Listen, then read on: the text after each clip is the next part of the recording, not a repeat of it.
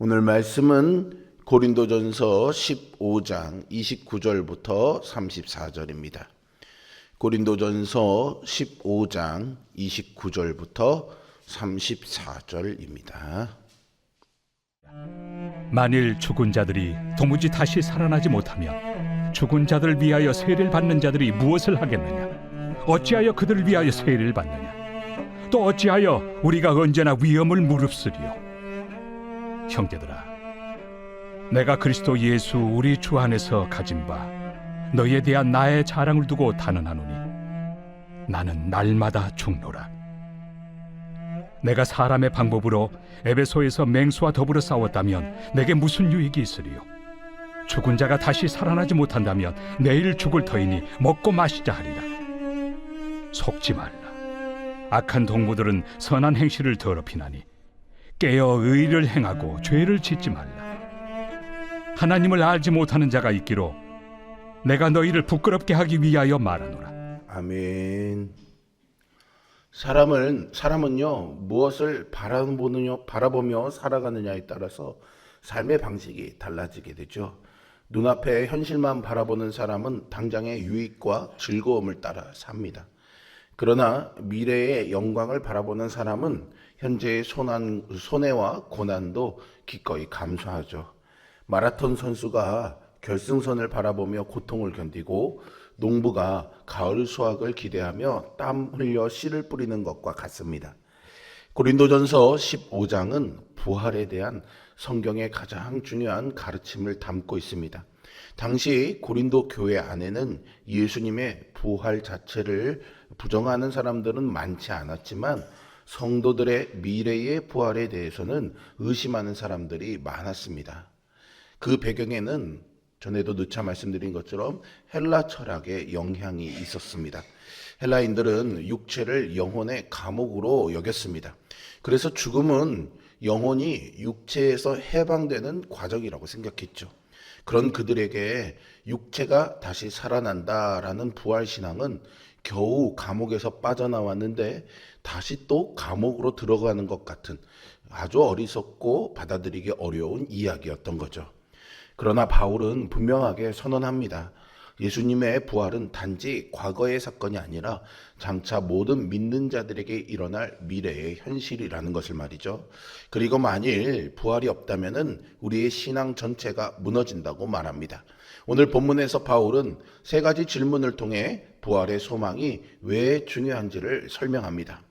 바울은 먼저 29절에서 매우 독특한 예를 하나 언급하는데요. 만일 죽은 자들이 도무지 다시 살아나지 못한다면 죽은 자들을 위하여 세례를 받는 자들은 무엇을 하겠느냐라고 말입니다. 이 구절은 신약 성경 가운데 가장 해석하기 어려운 성경 구절 중에 하나로 알려졌습니다. 죽은 자들을 위한 세례, 이게 정확하게 무엇인지 오늘날에도 여러 견해가 존재합니다. 분명한 사실은 바울이 이 관습을 칭찬하거나 명령하는 것은 아니라는 점입니다. 바울은 단지 고린도 교회 안에 존재하던 어떤 행동을 예로 들어서 논리적 모순을 지적하고 있는 것인데요. 당시 고린도 교회 안에 이런 관습이 있었던 것으로 보입니다.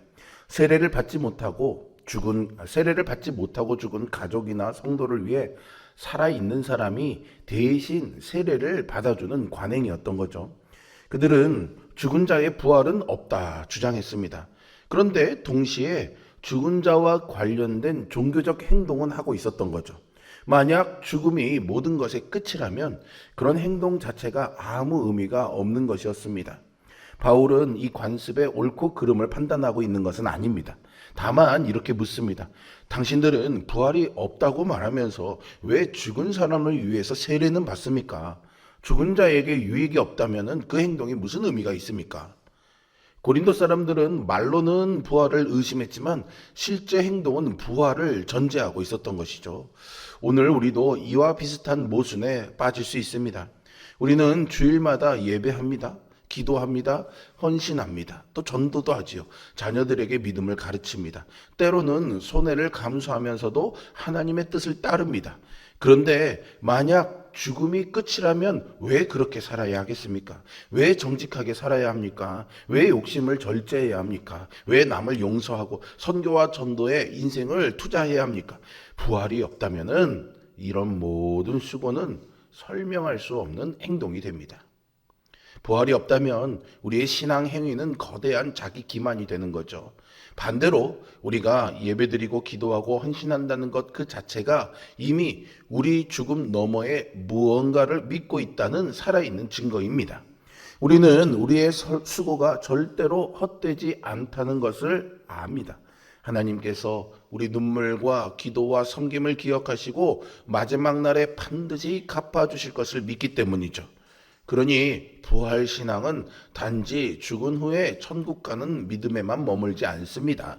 오늘의 헌신을 의미 있게 만드는 능력이죠.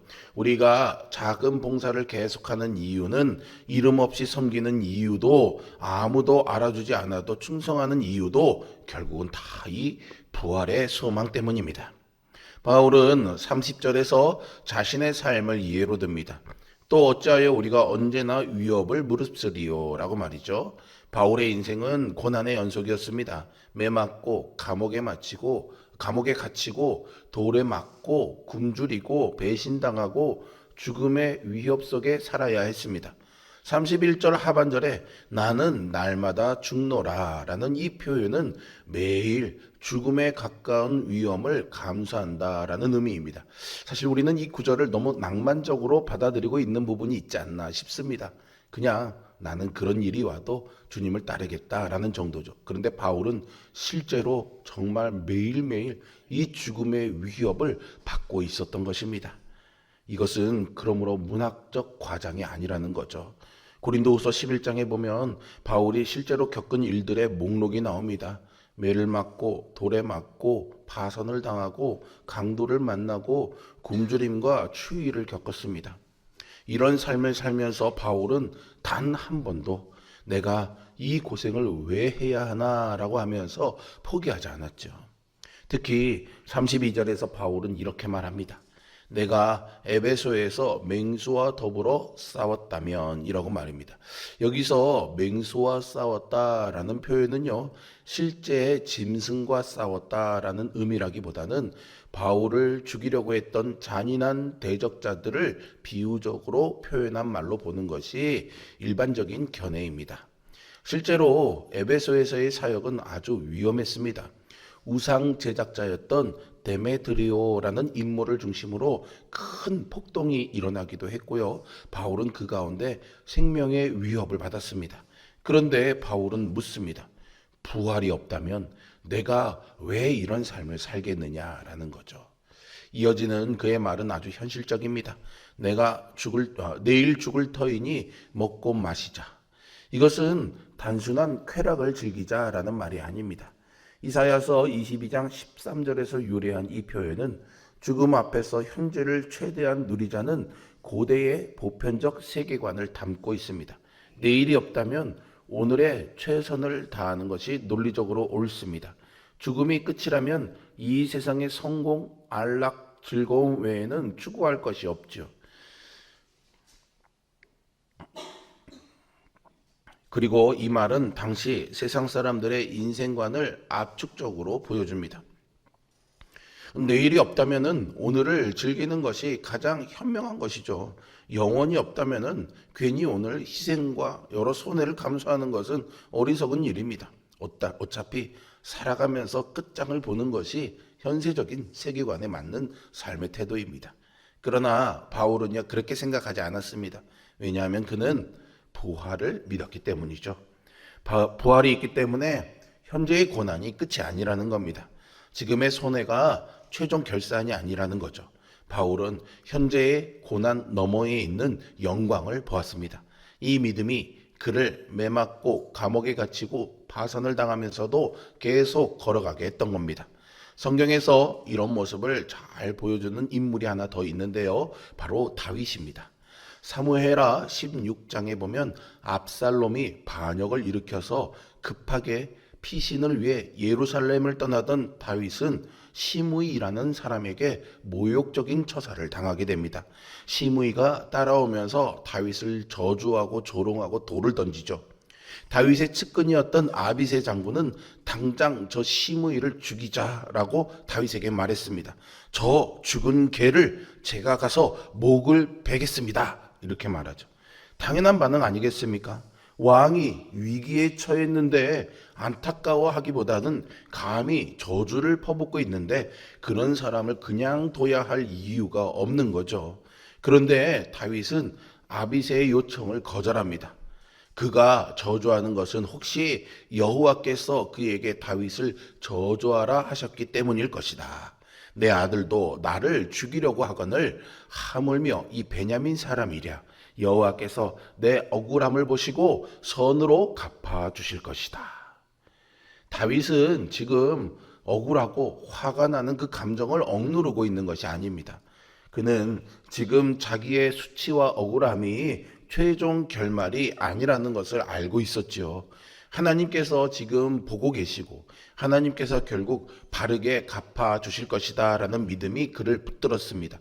이것이 바로 영원한 관점에서 오늘을 사는 사람의 모습입니다. 부활신앙은 바로 이런 힘이 있습니다. 지금 억울해도 참을 수 있는 힘이죠. 지금 손해를 봐도 무너지지 않는 힘입니다. 지금 눈물을 흘려도 절망하지 않는 힘입니다. 왜냐하면 하나님께서 마지막 날에 그 모든 것들을 바로 잡으실 것이기 때문이죠. 오늘의 고난은 끝이 아닙니다. 성도의 이야기는 무덤에서 끝나지 않습니다. 비석에서 마침표를 찍지 않습니다. 부활은 하나님께서 반드시 최종 승리를 주신다는 약속입니다. 바울은 마지막으로 성도의 삶의 태도를 이야기합니다. 속지 말라, 악한 동무들은 선한 행실을 더럽히나니 라고 말이죠. 여기서 속지 말라는 말은 현재형 명령어입니다. 계속해서 미혹당하지 말라는 뜻이죠. 하나의 고비를 넘어갔다고 해서 그것이 끝이 아니라는 것입니다. 고린도 교회 안에서는 부활을 부정하는 가르침이 퍼지고 있었습니다. 그들은 단순히 교리를 잘못 이해하는 것이 아니었습니다. 그들의 잘못된 믿음은 결국 삶의 타락으로 이어지고 있었습니다. 어차피 부활은 없고 죽음이 끝이라면 우리의 영혼은 구원받을 믿음이 있으니 육신으로는 나 좋은 대로 하고 싶은 대로 살아도 뭐가 문제겠냐, 이런 생각이 고린도 교회 안에 온갖 부정한 일들, 특별히 성적으로 타락한 당시의 문화를 쉽게 받아들이는 그런 관행으로 이어지고 있었던 거죠. 그래서 근친상간과 같은 참으로 눈 뜨고 보기 힘든 그런 일들이 교회 안에서 버젓이 자행되고 있었던 겁니다. 부활이 없다고 생각하면 결국에는 그런 결론들을 내리게 되는 거죠. 어차피 한 번 사는 인생이다. 즐길 수 있을 때까지 즐겨보자. 죄를 참을 이유가 없지. 거룩하게 살 필요가 뭐 있겠어. 그러나 바울은 말하죠.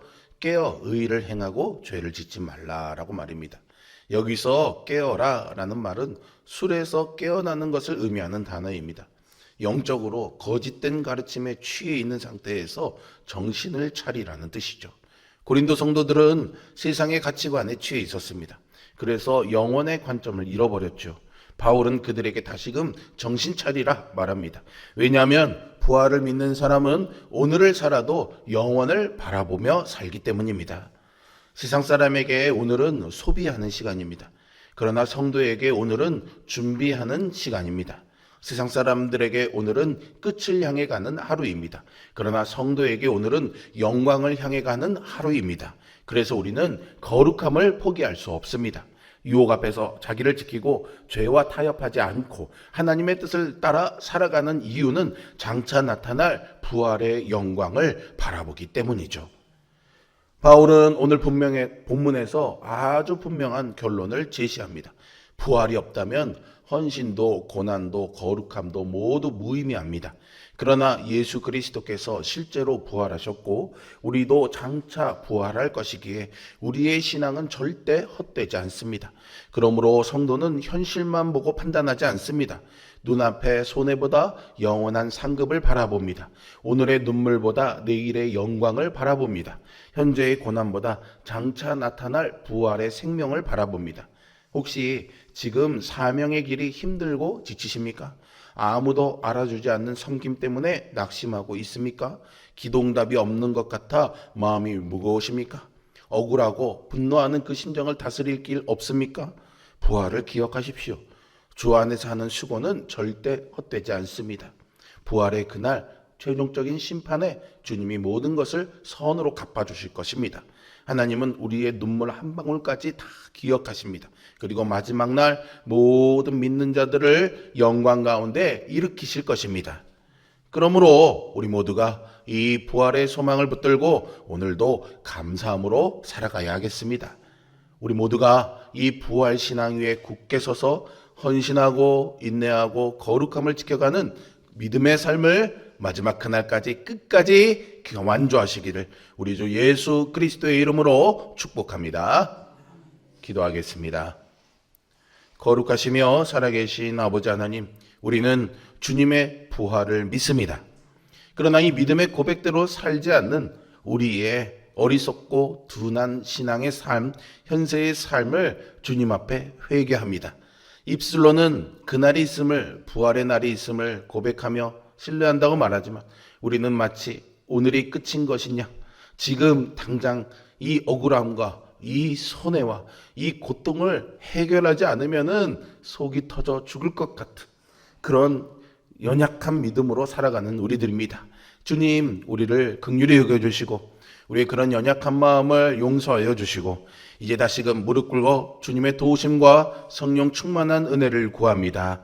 바울만큼은 아닐지라도 우리가 삶에서 겪는 모든 어려움 가운데 이제 우리는 부활의 그날을 소망하며 오늘을 지나가며 사는 삶이 아니라 오늘을 준비하며 살아가는 그날의 영광 바라보며 사는 믿음의 삶을 살게 하여 주시옵소서. 오늘도 그 부활의 신앙으로 우리를 이끌어 주실 주님의 은총을 확신하고 소망하고 바라며 예수 그리스도의 이름으로 기도합니다. 아멘.